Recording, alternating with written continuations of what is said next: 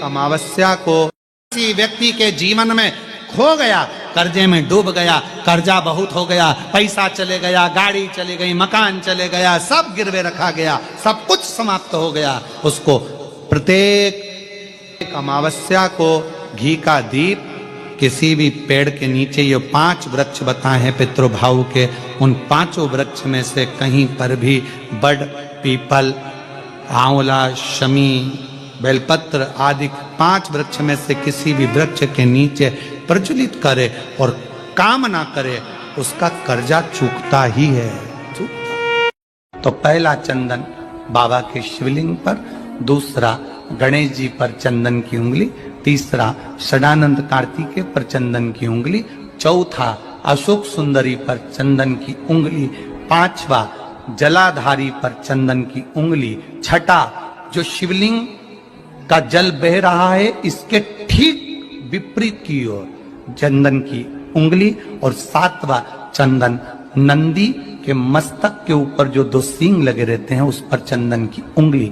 ये कब लगाई जाती है? या तो अमावस्या के दिन आपको लगता है कि हमारे पूर्वजों का उद्धार नहीं हुआ, हमारे पूर्वजों का कल्याण नहीं हुआ, कहीं अधोगति में कोई चला, अमावस्या है, शाम के समय घी का दिया नदी के घाट पर, तालाब पर, कुएं पर। शहरों में अगर नदी तालाब नहीं है तो आपके घर में जो मटका है, हंडा है, शहर वालों, गांव में अगर नदी तालाब हो, अपने शहर में हो तो वहां लगाओ, और अगर नदी तालाब नहीं हो तो पानी का जो हंडा मटका रसोई घर में होता है, अमावस्या के दिन शाम को वहां भी दिया लगा सकते हो। अगर नहीं है नदी तालाब बावड़ी कुआं तो, अगर है तो वहां जाओ, नहीं हो तो वहां पर लगाओ।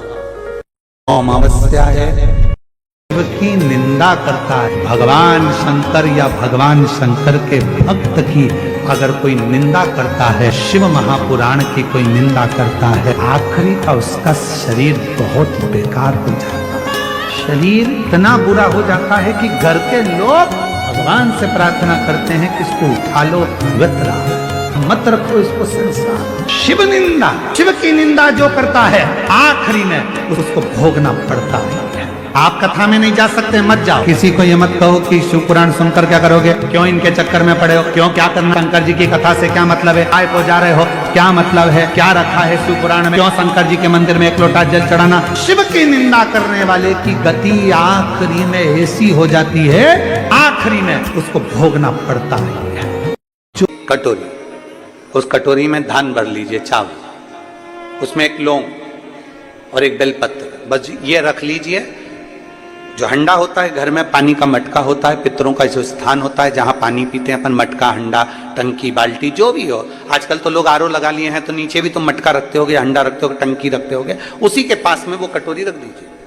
14 की रात्रि, अमावस्या के दिन उस कटोरी का चावल, बेलपत्र, ये सब शिव मंदिर के अंदर आप कोई भी एक स्थान पर, कोई दोने के अंदर रखकर या कागज के अंदर रखकर, शिव स्थान पर, शंकर के मंदिर में शिवलिंग को केवल स्पर्श कर कर जमीन पर ही उसको एक कागज में या दोने में, उसको जहां जलाधारी होती है वो जलाधारी के पास में गणेश वाले स्थान पर अन्न रखते हैं। जब हम चावल और 1 बेलपत्र और 1 लौंग जो रखते हैं वो हम गणेश जी वाले स्थान के साइड में रखते हैं, नीचे की ओर रखते हैं। छोटी सी चित मानस में एक बात सुनी होगी कि रावण प्राणों को जब त्याग रहा था तो उसने लक्ष्मण जी को 3 उपदेश दिए। कितने उपदेश दिए हैं? किन्ने भेजा था लक्ष्मण जी को रावण के पास? भगवान श्री राम। उसका सबसे पहला उपदेश कौन सा था? रावण ने मरने से पहले 3 बातें बोली लक्ष्मण जी के कानों में,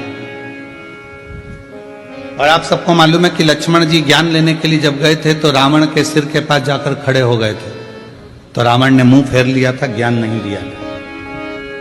लक्ष्मण जी वापिस आ गए थे राम जी के पास में कि ऐसा रावण है, लोग कहते तब विद्वान है, मैं उसके पास गया तो उसने मुंह फेर लिया। भगवान राम जी ने कहा ज्ञान लेते समय सिर पे जाके बैठते हैं कि चरणों में बैठते हैं? तो कहा गया था तो कि सिर के पास, चरणों में जाकर बैठ। रावण पड़ा है मृत्यु सैया पर, जमीन पर, लक्ष्मण जी उसके चरणों में जाकर बैठ गए तो रावण ने हाथ का इशारा कर कर बुलाया मेरे करीब। 3 उपदेश रावण ने मृत्यु की सैया पर मरने से पहले लक्ष्मण जी के कानों में दे दिया। पहला, अच्छे कार्य में 1 मिनट की देरी मत करो। लक्ष्मण, यदि कोई अच्छा कार्य हो रहा है और उसमें अगर आपको जाने का मौका मिल जाए तो 50 काम छोड़ दो, सबसे पहले अच्छे काम में पहुंचने का प्रयास करो।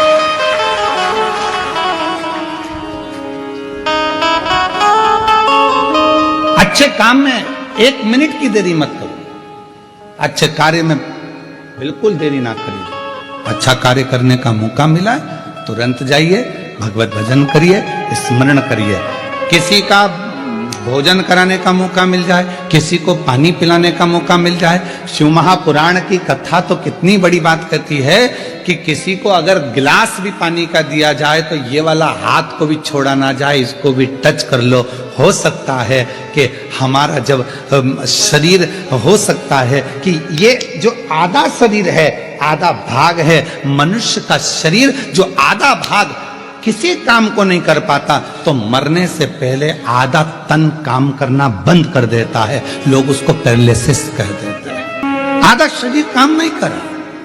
जब भगवत भजन का समय आया, सत्कर्म का समय आया, हम भोजन करा रहे थे, एक हाथ से दे दिया, दूसरा हाथ टच ही नहीं कर पाया। एक हाथ से पानी का गिलास उठा कर दे दिया, पानी भी नहीं पिला पाया। ये आधा अंग किसी काम का नहीं आया। लोगों ने कहा ये लेफ्ट भाग है ना, ये किसी काम का नहीं होता, ये बेकार भाग है। तो कहा इसको अच्छा बनाने के लिए क्या करना पड़ेगा? तो कोई प्यासे को जब पानी पिला रहे हैं तो दोनों हाथों से उस जल के पात्र को दीजिए। यहां तक हमारे पूर्वजों में, हमारे पुरखों में ऐसा नियम चलता था। पूर्वजों में अगर कोई पानी पीता था, ऐसे मुख लगाकर पानी पीते थे तो लोटे से पानी देने वाला दोनों हाथों से पानी डालता था और पीने वाला एक हाथ से पीता था। क्यों?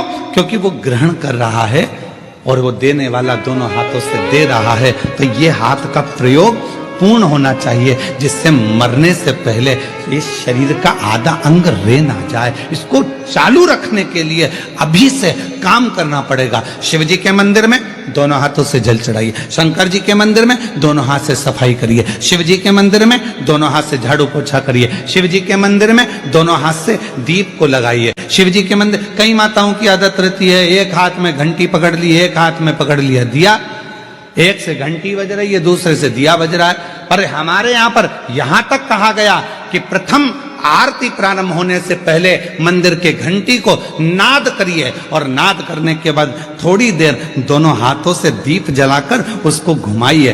अर्थात भगवान के सामने ये दोनों हाथों का सदुपयोग करिए, प्रयोग करिए। उसके बाद फिर भले एक हाथ में दिया ले लो, एक हाथ में घंटी ले लो, चल जाएगा, पर ये दोनों हाथों का सदुपयोग होना चाहिए, दोनों हाथों का।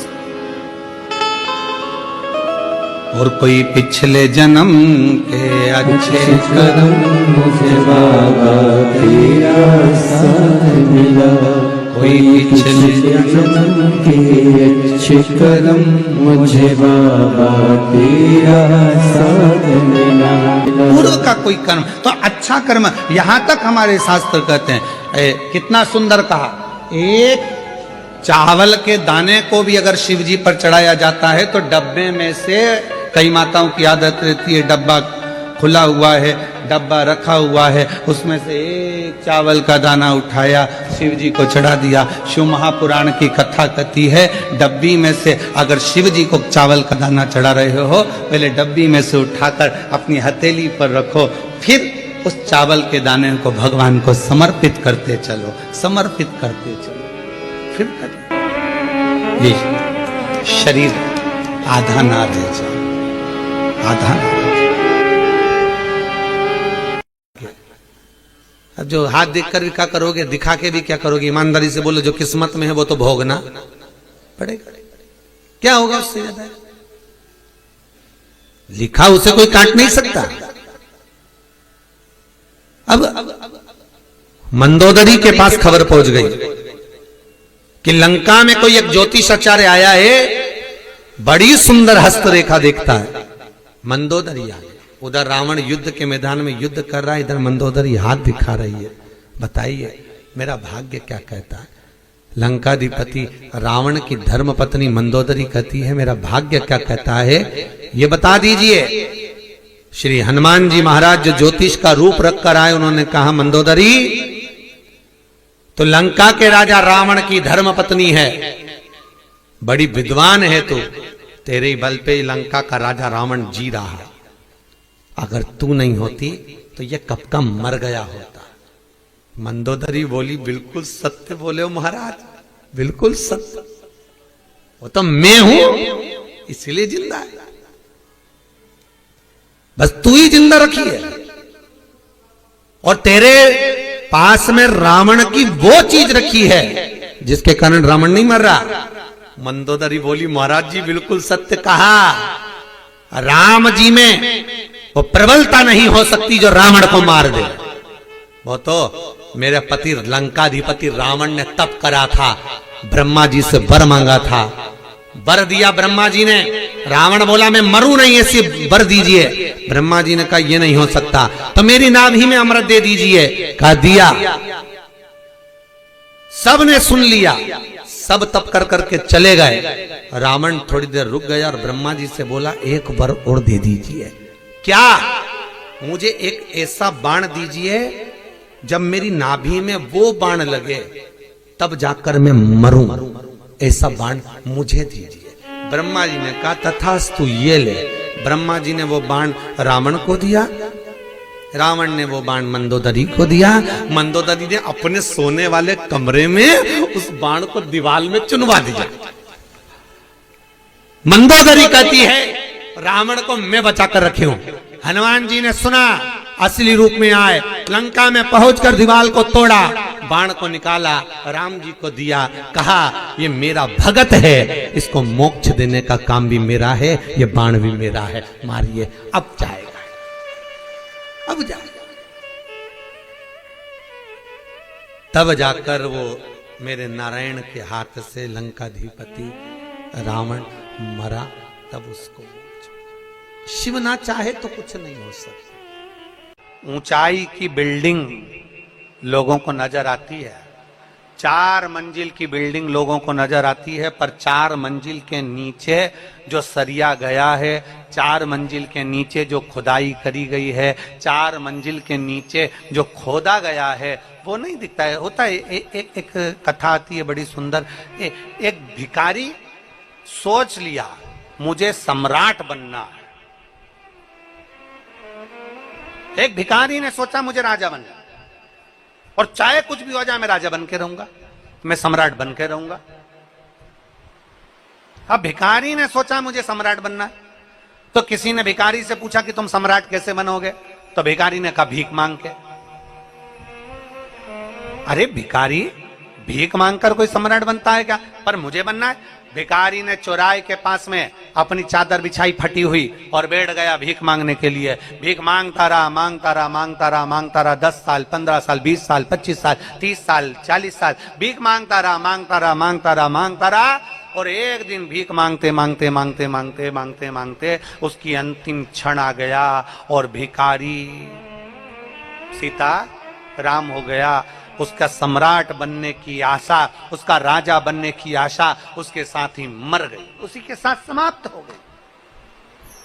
भिखारी मर गया, भिखारी समाप्त हो गया। अब गांव के लोगों ने देखा, नगर के लोगों ने देखा कि भिखारी मर गया। भिखारी का कपड़ा फेंक दिया, भिखारी की चादर फेंक दी, भिखारी का सामान फेंक दिया। अब जिस जगह पर भिखारी सोता था, जिस जगह पर भिखारी पड़ा रहता था चौराहे पर, वो भिखारी ने उस जगह को इतना गंदा करके रखा था, इतना गंदा करके रखा था कि उसमें बदबू आ रही थी। अब बदबू आ रही थी तो उन्होंने तुरंत खुदाई वाले को बुलवाया और खुदाई करने के लिए कहा कि ये जमीन का ये टुकड़ा भिखारी बैठता था, इसमें बदबू आ रही, गंदगी हो रही है, इसने इतनी गंदगी कर दी, इसको उखाड़ दो, इसको फेंक दो, उठा फेंको इसको। बुलाया, जैसे भी मशीन वाले को बुलाया होगा, खड्डा खोदने वाले को बुलाया होगा, और बुलाया गया। और बुलाने के बाद में जैसे ही खड्डा, भिखारी जहां बैठता था, सोता था, उस जगह पर जैसे ही खड्डा खोदा, खोदते से ही भिखारी के नीचे से सोना, पैसा, धन, दौलत ढेर सारी निकली, ढेर सारी। अब इतना सारा धन निकला तो नगर के लोगों ने सोचा कैसा भिखारी है, कैसा भिखारी है। थोड़ा सा अगर नीचे खोद लेता और इतनी सारी दौलत उसे प्राप्त हो जाती तो वैसे ही सम्राट हो जाता। जिंदगी भर भीख मांगते मांगते मर गया, पर खुदाई नहीं करा, खोदा नहीं, और सम्राट बनने का आशा लेकर मर गया। थोड़ा सा खोदता तो उसमें से धन मिल जाता, धन मिल जाता तो सम्राट बन जाता। अर्थात शिव महापुराण की कथा कहती है हम भी ऐसे ही हैं, हम और आप सब एक जैसे हैं।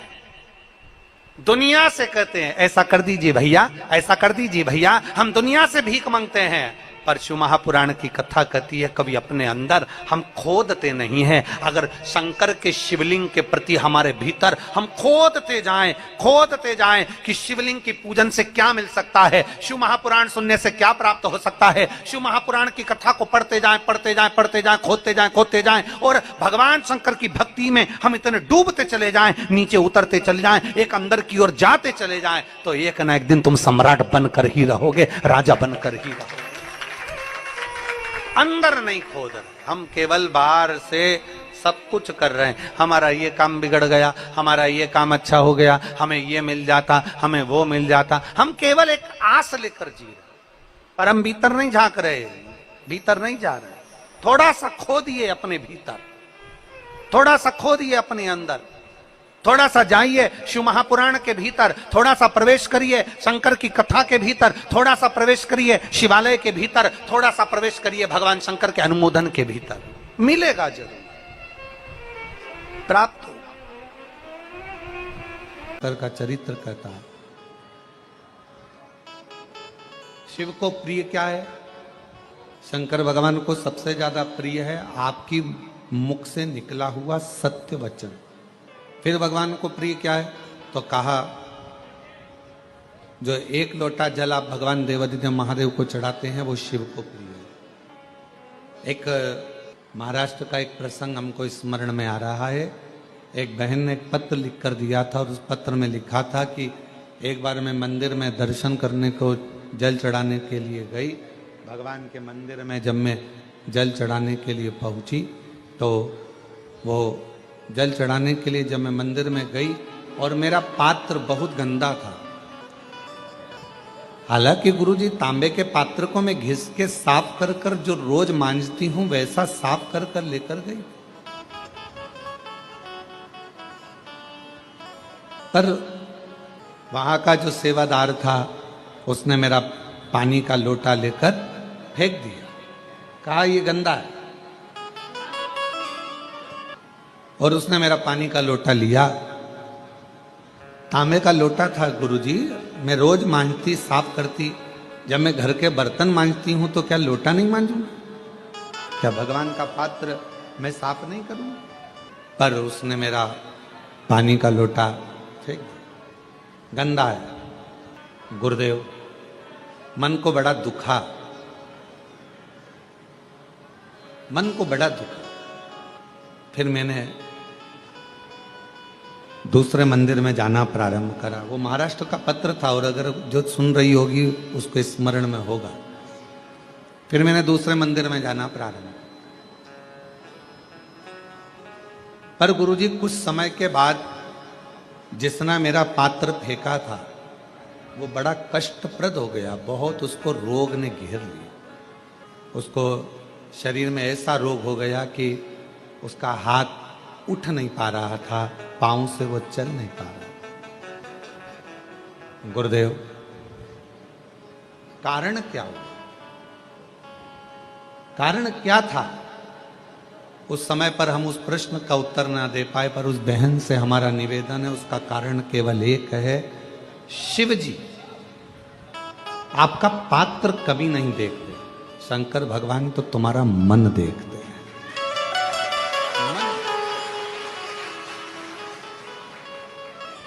अच्छे वस्त्र कौन देखेगा? जिसको आपके शरीर से प्रेम अच्छा होती है ना, घर में जमा होती है, कपड़ों पर लग जाती है और वो धूल को आप ऐसे ऐसे झटकार दो, वो धूल पूरी झड़ जाती है। आपने कपड़ा उठाकर दीवार पर झटकारा, वो दीवार भी धूल से झटक जाती है, साफ हो जाती है। पर मान लो वो धूल में थोड़ा सा पानी मिल गया, तुम्हारे झटकने से झटकेगी? जम के तो बोलो। कपड़े में धूल जमी थी और उस पर पानी लग गया तो वो झटकेगी? क्या हो गई वो? अभी तक धूल थी, पानी लगते से ही वो मिट्टी हो गई, कपड़े में चिपक गई, अब वो झड़ने वाली नहीं है। धोना पड़ेगा, साफ करना पड़ेगा, मिट्टी को हटाना पड़ेगा, मिट्टी को साफ करना। धूल पानी मिलने पर मिट्टी हो जाती है, और मिट्टी अगर वो बन गई तो फिर धीरे से उसके शिवलिंग का निर्माण हो जाता है। भगवान की कोई गणेश जी की मूर्ति बन जाती है, कोई देवी जी की प्रतिमा बन जाती है, फिर उसका पूजन, उसकी आराधना, उसकी अर्चना हो जाती है। अमावस्या के दिन दोष काल में, प्रदोष के समय पर, प्रदोष काल में शाम के समय पर जाकर किसी भी नदी, तालाब, बावड़ी, कुआं, कहीं ना कहीं जो आपके पास में हो, वहां पर एक घी का दिया, बत्ती का मुंह दक्षिण की ओर कर कर अवश्य जला कर जाना। सारे पितृदोष समाप्त हो जाएगा, सारा पितृदोष समाप्त। अमावस्या के दिन किसी भी जलाशय के पास में, नदी, तालाब, बावड़ी, कुआं, जो आपके शहर में, आपके गांव में, आपके नगर में हो, वहां जाकर लगा दे। अगर नदी, तालाब, बावड़ी, कुआं नहीं है तो पीपल का वृक्ष हो या बेलपत्री का वृक्ष हो या बट का वृक्ष हो, उसके नीचे लगा दो प्रदोष काल में। पर अमावस्या के दिन लगाएं जरूर। क्यों? क्योंकि अमावस्या के दिन पितृ शाम के समय प्रदोष काल में शंकर भगवान का नाम जाप कर कर नदी, तालाब, बावड़ी पर पानी पीने जाते हैं। वहां से जल का आचमन कर कर पितृ अपने लोक को चले जाते हैं प्रदोष काल के समय पर। इसलिए प्रदोष काल में जलाशय के पास में, बावड़ी, कुआं, नदी, तालाब के किनारे पर दिया लगाया जाता है दक्षिण की ओर मुख कर कर बत्ती का, तो पितृ आशीर्वाद देते हुए जाते हैं कि फलो फूलो, आगे बढ़ो, उन्नति करो, तरक्की करो। ये